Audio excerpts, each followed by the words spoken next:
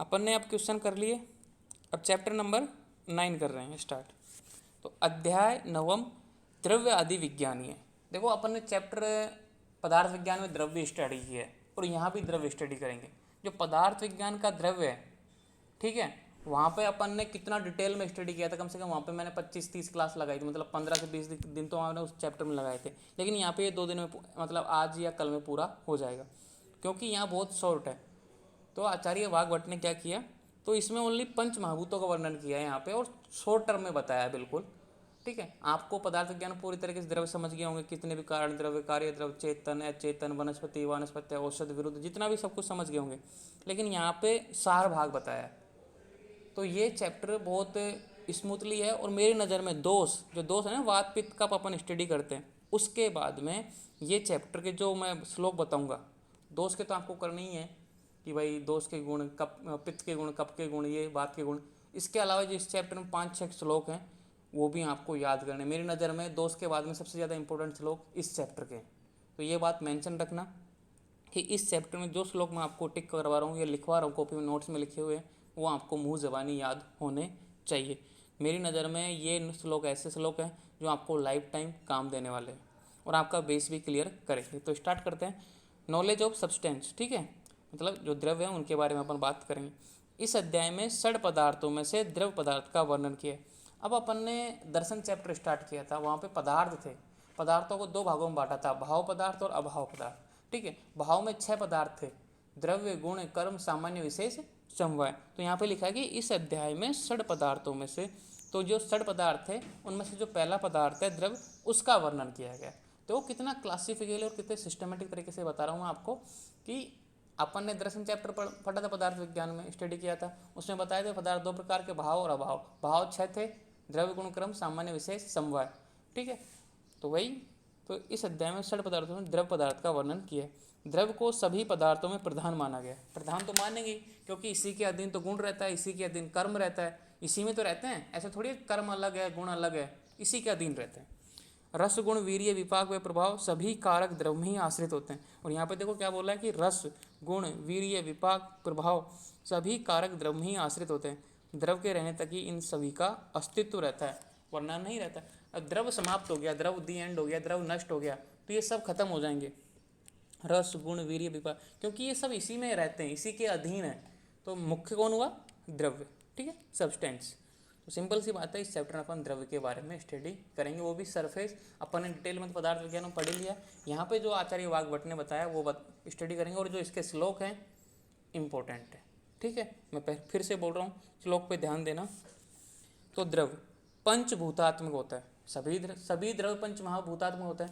मतलब खुद पंचभूतात्मक है ना, मतलब कोई महाभूत, जैसे आप बोलोगे आकाश महाभूत, ये भी 5 महाभूतों से मिलकर बना है।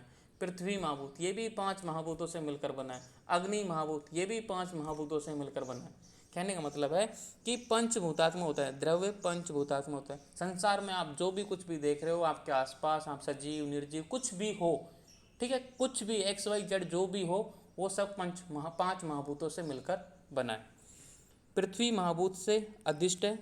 द्रव्य की उत्पत्ति का कारण जल महाभूत है। अब समझो इस चीज़ को, 5 महाभूत हैं, आप जानते हो नाम, आकाश, वायु, अग्नि, जल, पृथ्वी। तो पृथ्वी महाभूत से अधिष्ठित है, मतलब किससे ये, मतलब एक तरीके से अस्तित्व किससे प्रति मिलती है इसको, मतलब जो अस्तित्व किससे मिलता है? पृथ्वी महाभूत से। और द्रव्य की उत्पत्ति का कारण, और किसकी वजह से उत्पत्ति हुई है? जल महाभूत की वजह से। ये क्वेश्चन आता है पीजी में कि द्रव्य की उत्पत्ति में कारण है वायु महाभूत, अग्नि महाभूत, जल महाभूत, पृथ्वी महाभूत। 4 ऑप्शन देंगे आपको, तो वहाँ पे आपको लिखना है जल महाभूत। ठीक है, तो जल महाभूत की वजह से द्रव्य की उत्पत्ति होती है। अग्नि, वायु, आकाश महाभूत से द्रव्य की निर्वृत्ति तथा विशेष ज्ञान होता है। जो और 3 बचे, अग्नि, वायु, आकाश महाभूत से द्रव्य की निर्वृत्ति या विशेष ज्ञान, जो भी अपन को नॉलेज प्राप्त होती है द्रव्य के बारे में, जो भी जानकारी प्राप्त होती है, इन 3 महाभूतों की वजह से होती है। तो समझ में आ गया ना 5 महाभूतों का योगदान कैसे है। ठीक है भाई, अस्तित्व किसकी वजह से है? पृथ्वी महाभूत की वजह से। उत्पत्ति में कारण कौन है? जल महाभूत। बाकी के 3 कौन से बचे? अग्नि, वायु, आकाश महाभूत से द्रव्य की निर्वृत्ति या विशेष ज्ञान होता है। तो 5 महाभूतों का योगदान है, चाहे वो सजीव हो चाहे वो निर्जीव हो, उस द्रव्य की मौजूदगी में, प्रेजेंसी में। ठीक है, द्रव अनेक रस वाला होता है, एक रस वाला नहीं होता है। अब यहाँ पे लिखा है कि द्रव अनेक रस वाला होता है। क्यों होता है भाई? आंसर लिखा है मैंने, पंच महाभूत से उत्पन्न इसलिए क्योंकि 5 महाभूत हैं और पांचों महाभूतों के अलग अलग रस है। वायु का अलग है, अग्नि का जल अलग है, पृथ्वी का अलग है, लेकिन पांचों महाभूत उसमें साथ में है क्योंकि सभी द्रव पंच महाभूतों से बनकर मिले हैं। अपन ने ये पढ़ लिया, अपन ये जानते हैं। तो एक द्रव कभी एक रस वाला नहीं होता कि प्योर एक रस ही हो उसमें, नहीं, हमेशा अनेक रस होते हैं, लेकिन डोमिनेंट कोई एक होता है क्योंकि जो डोमिनेंट होगा उसी के अनुसार उसका रस प्रदर्शित होगा। जिस महाभूत की जिस द्रव में अधिकता होती है उसी के नाम से द्रव का नामकरण किया जाता है। जैसे कि मान लो कि आकाश महाभूत की अधिकता है किसी चीज़ में, तो उसका नाम दे दिया आकाश महाभूत। किसी में पृथ्वी महाभूत की ज़्यादा अधिकता है। अपन ने पंचीकरण स्टडी किया था, जिन बच्चों ने पदार्थ की क्लास ली थी उनको पता होगा कि भाई एक महाभूत 2 भागों में बट के फिर उसके 4 हिस्से हो जाते हैं, फिर उनके चारों के 4 एक बटा 8वां हिस्सा जुड़ के 1/2 बनकर 1/2 बनकर पूरा संपूर्ण योगदान बनाते हैं। पंचीकरण अपन ने स्टडी किया था द्रव में, किसी को याद हो तो, कोई पदार्थ विज्ञान क्लास ली होगी ना, उसको पता होगा पंचीकरण में कैसे किसी द्रव का निर्माण होता है। उसमें चारों महाभूत के 1/8 भाग आते हैं और जो प्रधान महाभूत होता है उसका 1/2 भाग आता है। ये अपन ने बताया था, आज से कम 15 से 20 दिन पहले की बात है ये। तो कहने का मतलब ये है कि भाई सभी महाभूत होते हैं, पांचों महाभूत होते हैं, लेकिन वो कम मात्रा में होते हैं और जो डोमिनेंट होता है वो थोड़ा ज़्यादा मात्रा में होता है, मतलब 1/2 या 3/4 मान लो, 1/2 मान लो, लेकिन वो डोमिनेंट रहता है अन्य महाभूतों की अपेक्षा। और जो डोमिनेंट रहता है उसी की वजह से उसका नाम पड़ जाता है कि ये आकाश महाभूत है, ये जल महाभूत है, ये पृथ्वी महाभूत है। सिंपल सी बात ये, ठीक है। अब देखो द्रव्यों के भेद। महाभूत की प्रधानता के अनुसार आचार्य वाग बटने। देखो अपन ने वहाँ द्रवों के वर्गीकरण किया था, 9 कारण द्रव्य, कार्य द्रव, चेतन है, चेतन थे। यहाँ पे देखो वर्गीकरण अलग है अष्टांग। तभी तो मैं बोलता हूँ जब आप मुझसे क्वेश्चन पूछते हो ना कि सर इसका आंसर दो, तभी तो मैं बोलता हूँ कि आप स्क्रीनशॉट भेजो, आप किस सब्जेक्ट में बात कर रहे हो मुझे पता लगे, क्योंकि सब्जेक्ट के अनुसार आंसर चेंज हो जाता है। अष्टांग का आंसर अलग है, पदार्थ का अलग है। आप किसकी पूछ रहे हैं मुझे कैसे पता चलेगा? जैसे किसी ने पूछा मुझे भाई सर द्रव का वर्गीकरण, अब मुझे कैसे पता चलेगा कि आप अष्टांग में पूछ रहे हो पदार्थ में पूछ रहे हो? तो आप स्क्रीनशॉट भेजोगे पूरे तो मुझे पता लगेगा एक्चुअली मुझे कहाँ पे किस तरीके से बोलना है। इसलिए मैं स्क्रीनशॉट मांगता हूँ पूरे पेज का। और बहुत से बच्चे क्या करते हैं, उस अक्षर की एक फ़ोटो से भेज देंगे, उससे कुछ समझ में नहीं आता, क्योंकि आयुर्वेदा ऐसा है कि बहुत से वर्ड मिक्सिंग में समानार्थक हैं, पता ही नहीं चलता कि किसकी बात कर रहे हो। तो इसलिए पूरे पेज की फ़ोटो भेजा करो और पता चले कि मुझे एक्चुअली में क्या होता है। तो द्रव्यों के भेद देखो। महाभूत की प्रधानता के अनुसार द्रव्य पार्थिव जल, तो द्रव्य पार्थिव जल, अग्नि, वायव्य और आकाशीय, ये 5 द्रव होते हैं। कहने का मतलब कि 5 महाभूतों के अनुसार उन्होंने 5 प्रकार के द्रव्य बता दिए भाई। आकाश जल नहीं, आकाश वायु अग्नि जल पृथ्वी, इनको उसमें सीक्वेंस में याद रखना। चाहे पृथ्वी से याद करो चाहे आकाश से याद करो, बीच से याद मत करना, ये बात ध्यान रखना। तो यहाँ पे लिखा है कि पृथ्वी जल अग्नि वायु और आकाश, ये 5 द्रव होते हैं। मतलब 5 महाभूतों के अनुसार इनके 5 डिपार्टमेंट कर दिए। अब इनके पार्थिव द्रव है, मतलब जो पृथ्वी महाभूत है उससे जो डोमिनेंट है, जो पृथ्वी महाभूत जिसमें डोमिनेंट है उसके यहाँ पे गुण दे दिए और कर्म दे दिए। भाई क्या क्या है, क्या गुण है वो, क्या कर्म है। अब अपन ने वहाँ पंचभूतात्मक भाव स्टडी किए थे, पदार्थ विज्ञान में पंचभूतात्मक भाव स्टडी किए थे। कहाँ से आए थे वो आंसर? इस श्लोक से आए थे वो आंसर। अपन ने जितना भी लिखा था ना कि भाई ये ठीक है गुरु होता है, ये स्थूल होता है, स्थिरत्व और प्रदान करता है, गंध वाला लगता है, पार्थिव गौरम, ये कहाँ से आए थे? इस श्लोक से आए थे वहाँ पे, ठीक है। ये तो अष्टांग का श्लोक है, चरक में भी मिलते जुलते हैं, थोड़ा बहुत अंतर है, ठीक है। तो कहीं भी आप आंसर पढ़ोगे संहिता से ही आंसर आए हुए हैं। कहने का मतलब ये है कि अब जो पृथ्वी महाभूत है, ठीक है, जो डोमिनेंट वाले हैं उनमें क्या गुण रहेंगे, क्या कर्म करेंगे, वो अपन स्टडी करेंगे। और ये श्लोक वेरी वेरी इंपॉर्टेंट, 5 महाभूतों के 5 श्लोक हैं इस चैप्टर में, ठीक है, बहुत ज़्यादा इंपॉर्टेंट है, आपको याद करने। तो मैं पढ़ रहा हूँ। तत्र ध्रुवम गुरु स्थूल स्तरे गंध गुणोल लवणम पार्थिव गौरम स्तरीय संघातो, ठीक है, संघातो अपय चपया, मतलब एक तरीके से लास्ट में आता है उपचया। तत्र ध्रुवम गुरु स्थूल स्थिर गंध गुणोल लवणम, ठीक है, पार्थिव गौरम स्तरीय संघात औपचय वयम, ये लास्ट में वर्ड है, इसको ध्यान से आपको उच्चारण सही कर लेना अगर मेरे से गलत हो रहा है, क्योंकि मेरी संस्कृत का उच्चारण थोड़ा वीक ही है।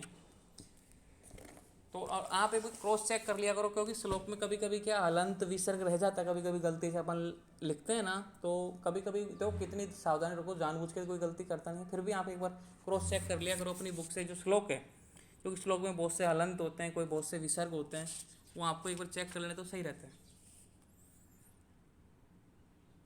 ठीक है, अब आगे बढ़ते हैं, इसका मैं मीनिंग बता देता हूँ। जो द्रव्य गुरु, स्थूल, स्थिर, गंध गुण की अधिकता वाला होता है वह पार्थिव है।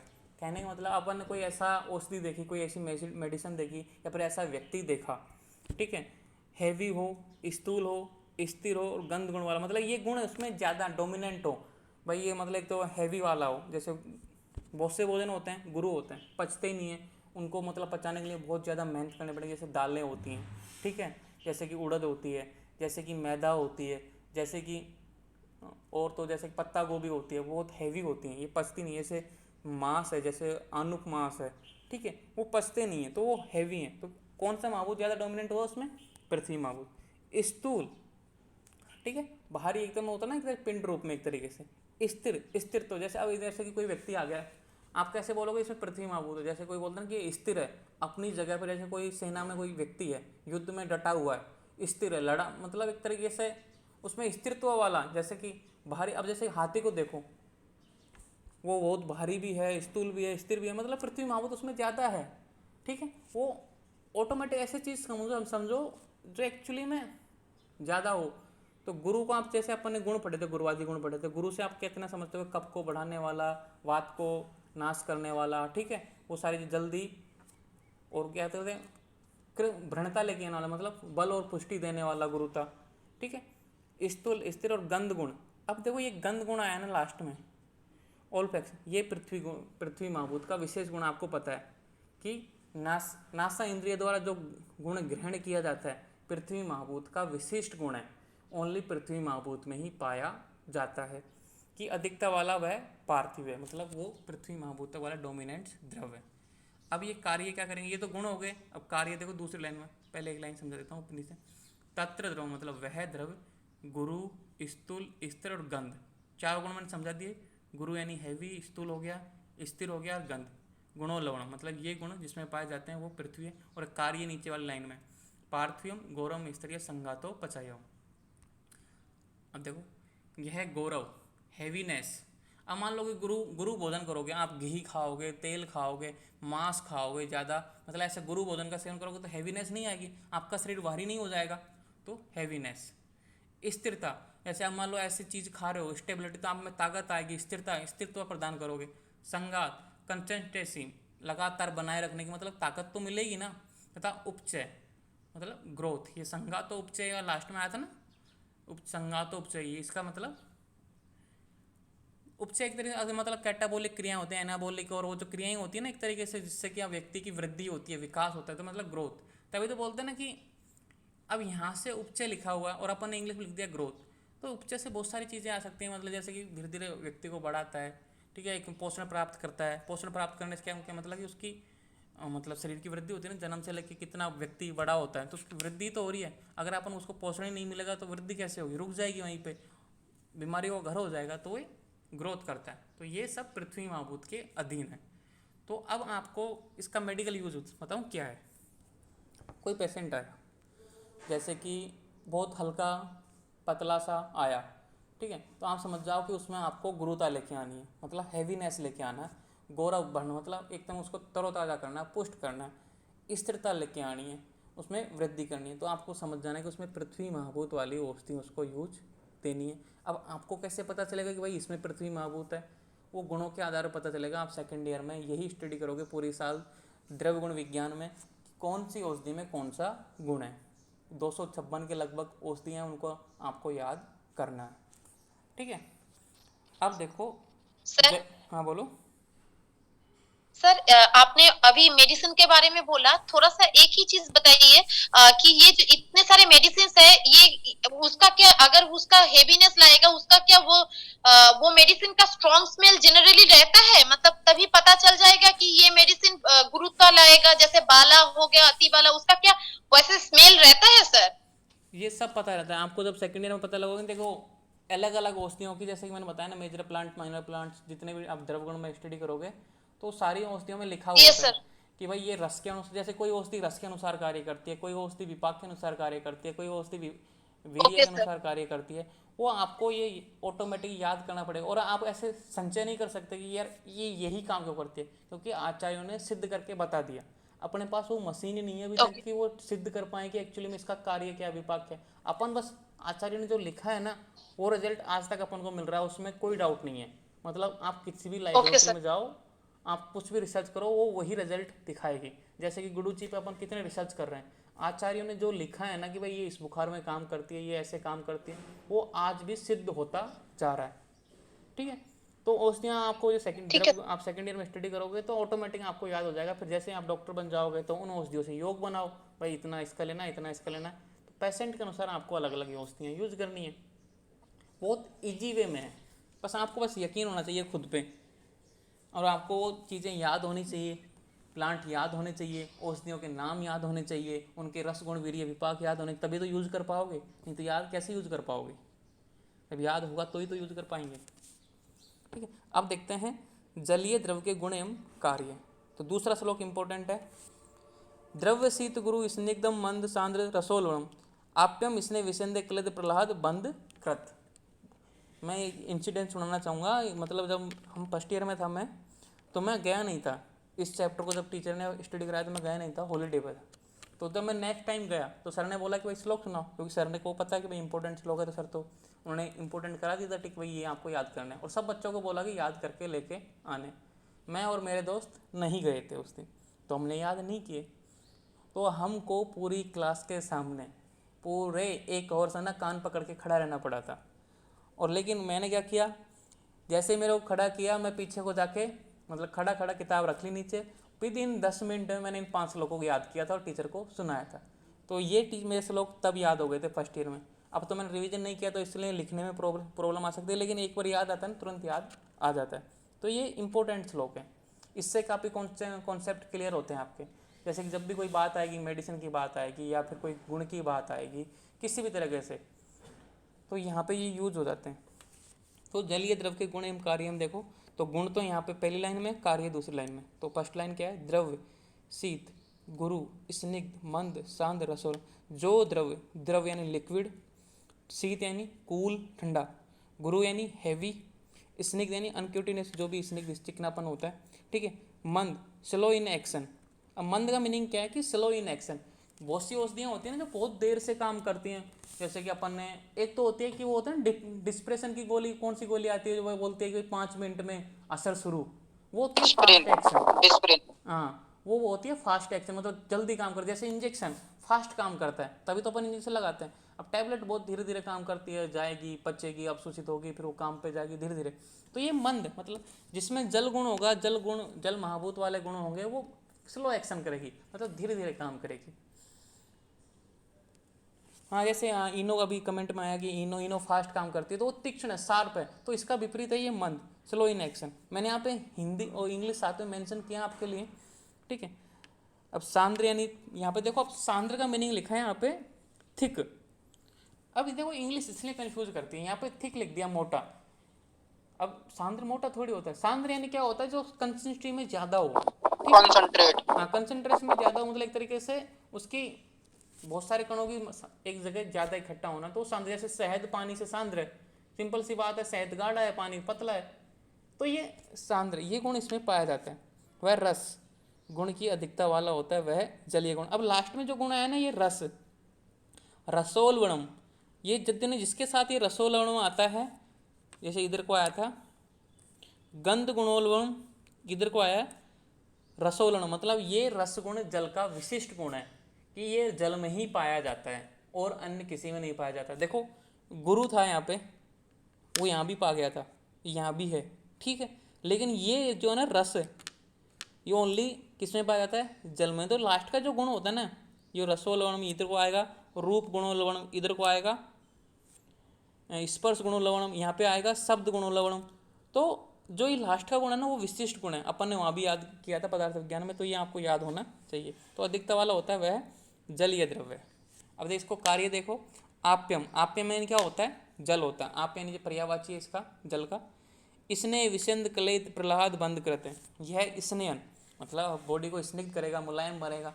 अब एक तो होती है रुक्षता वाली, खरता वाली एकदम, मतलब कर्कश, जिसके हाथ ही नहीं लगाया जा सकता। एक होता है स्निग्ध एकदम मुलायम सा, ठीक है, तो स्नेहन करेगा, अपने स्रोतों से का भी स्नेहन करेगा, दोस्त भी एक तरीके से रास्ते को भी स्नेहन बनाएगा। जैसे कि अपने अगर स्नेहन ना हो, अपने वैसे गले में स्नेहन ना हो, ठीक है, श्लेष्मा ना हो, अमाशय में स्नेहन ना हो, तो अपन जो खाना खाते हैं ना वो उससे अपने अल्सर हो जाएं। ये स्नेहन है जो खाने को आसानी से नीचे पहुंचा देता है, क्योंकि श्लेष्मा, तो ये स्नेहन। विस्यंदन, ठीक है, सीक्रेशन, देखो यहाँ पे विस्यंदन का मतलब है सीक्रेशन, मतलब एक तरीके से अब स्नेहन है, क्लेदन है, तभी तो सीक्रेशन होगा, तभी तो श्लेष्मा निकलेगा, ठीक है। क्लेदन मोस्किटो, मतलब जो क्लेद बनता है ना एक तरीके से लसलसा सा, वो। प्रसन्नता, और जो भी प्रसन्नता, आप ये प्रसन्नता का भाव है ना आपके चेहरे पे, आप खुश होते हो, किसकी वजह से, जल महाभूत की वजह से, ठीक है। तथा बंधन, बंधन यानी जॉइंटों को जोड़ने वाला, आपने स्वाइनोविलियन फ्लूइड पढ़ा है ना, एक तरीके से घर्षण को कम करता है, तो ये जितना भी बंधन कर्म करता है, ठीक है, जोड़ने का काम करता है, वो सब जलीय महाभूत की वजह से, तो बंधन करने वाला होता है। तो जितनी भी औषधियाँ आती हैं संधियों से संबंधित, अपन बोलते हैं ना कि भाई दर्द हो रहा है, मेरे घुटनों में दर्द हो रहा है, अपन बोलते हैं तेल की मालिश कर लो। क्यों कर लो भाई तेल की मालिश, क्योंकि वो बंधन कर्म करता है, आपकी संधियों में जो भी डिफिकल्टी उनको दूर करता है। देखो हर चीज़ के पीछे एक लॉजिक है, आपको उस लॉजिक को पकड़ना है। अपन ऐसे नहीं बोल देते कि तुम ये ले लो, ठीक है। अब मान लो किसी व्यक्ति ने तेल भी लगाया, उसका दर्द दूर नहीं गया, तो हो सकता है उस संधि में कहीं ना कहीं वात की व्याधि हो, वात क्योंकि होता है ना कि जहाँ हवा रह गई हो, तो उसके लिए अपन सिकाई कर लेते हैं। तो आपको इस चीज़ को, बीमारी को समझना है, अगर डायग्नोसिस करना है ना अच्छे तरीके से करना है। तो ये हो गया जलीय द्रव। अब मैं क्लास को डिसमिस कर रहा हूँ, दोबारा ज्वाइन होना, ठीक है, टाइम हो गया क्लास का, इसलिए दोबारा ज्वाइन होना, ओके।